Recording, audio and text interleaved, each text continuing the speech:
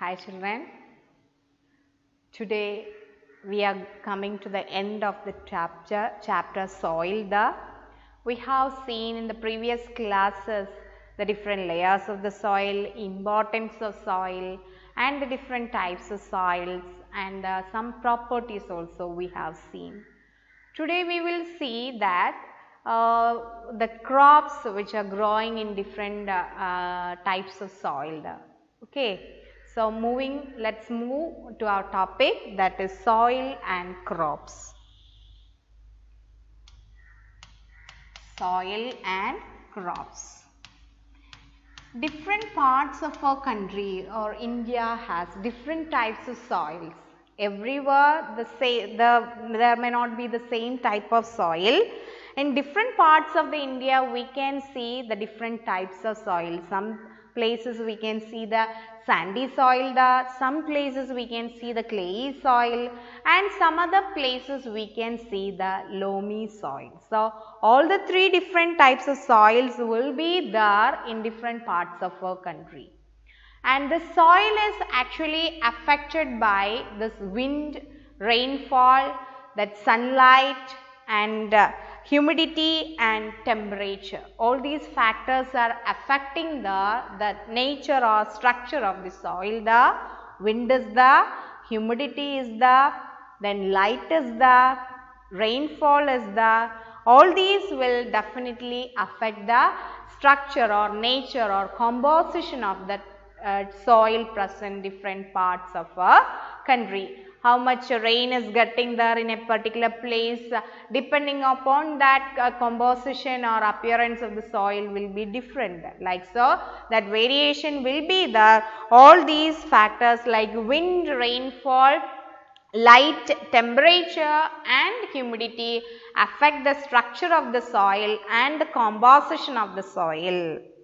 Okay, the climatic factors as well as all these climatic factors as well as the component of the soil determines the vegetation and crops which are living in a particular type of soil.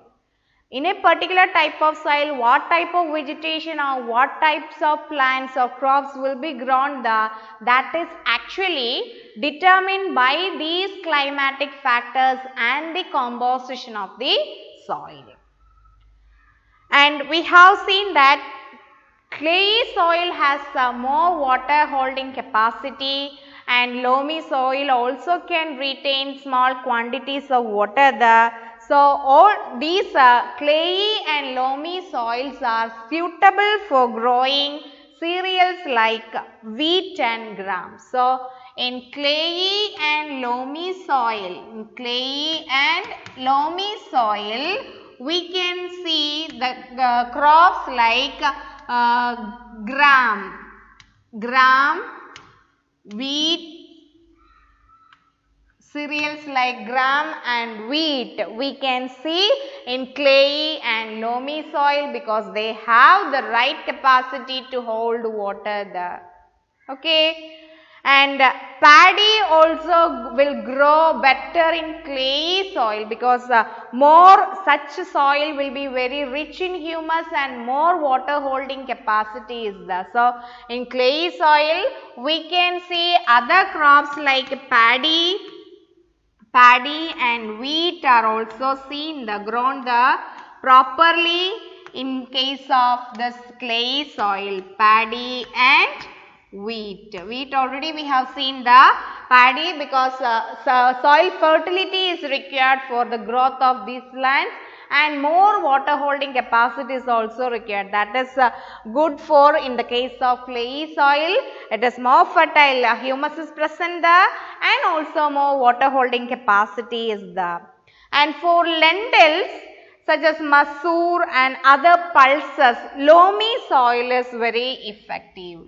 Lentils and other pulses, we can see that we can opt loamy soil for their growth because they should have the right amount of water holding or they should not want too much of water. So, right quantities of water is only required for these types of crops. So, they are best grown in loamy soil. Okay, and for cotton also we can opt for sandy loam or loam, because right water holding capacity is there for these type of soils. So, crops such as wheat are also grown there in clay soil because more water holding capacity is there.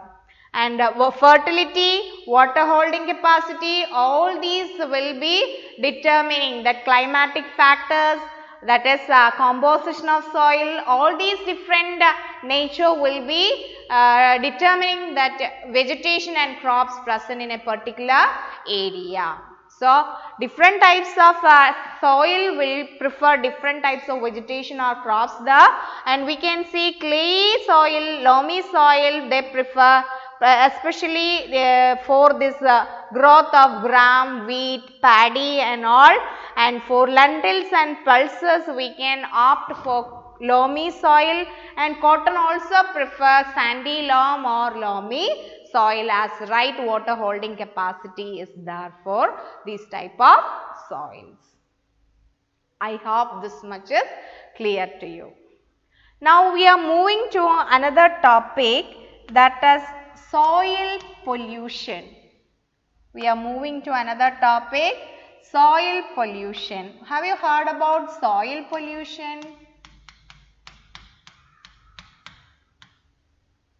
As we are studying the topic soil, we should know about pollution. If we are using that plastic carry bags or polythene carry bags and all, after the usage, normally what we are doing, though we are very educated, but normally we are doing this after the usage and all, we will simply throw that plastic carry bags to the soil, isn't it? At that time, what is happening there?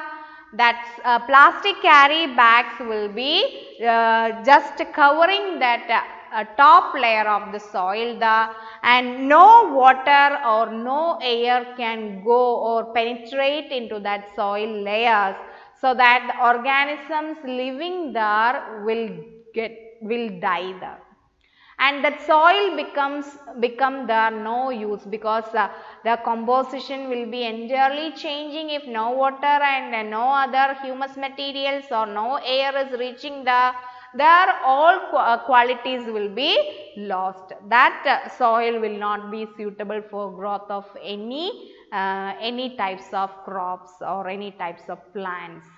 So, if we are throwing that plastic carry bags to the soil surface, that will pollute the soil there, and not only that, this extra use of more use of this pesticides and fertilizers.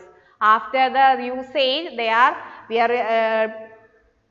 we are using that for this crops and all, then with the water it is going down to the soil, and ultimately it reaches there in the soil. That will change the entire composition and the qualities of the soil, and after that soil will not be suitable for any of our activities.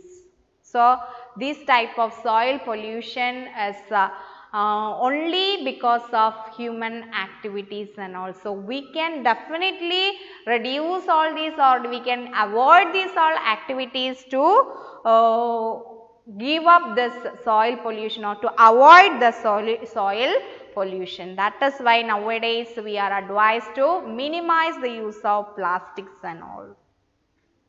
Okay, now we can see one more topic, the soil erosion. Have you heard the term soil erosion? The soil is helping for the plants to grow, isn't it? If there are no plants, that plant roots or trees roots are embedded there in that top layer of the soil, and which make the soil compact there, and from there that place soil will not be removed by the action of wind or water. It will be trapped there in between the roots of the plants. That fertile layer is trapped there if plants are there. But suppose if the land is bare or if there is no plant at all, desert like area, there the roots are absent. So that top layer, which is very fertile layer, that layer can be easily removed by the action of this wind and water, and such a removal of top layer of the soil actually known as soil erosion.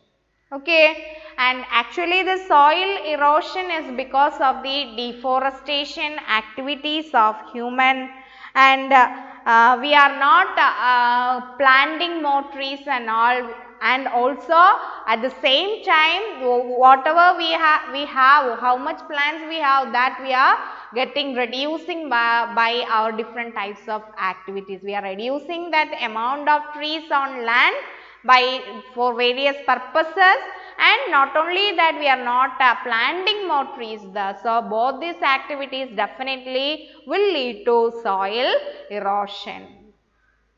I hope this much is clear to you. Thank you.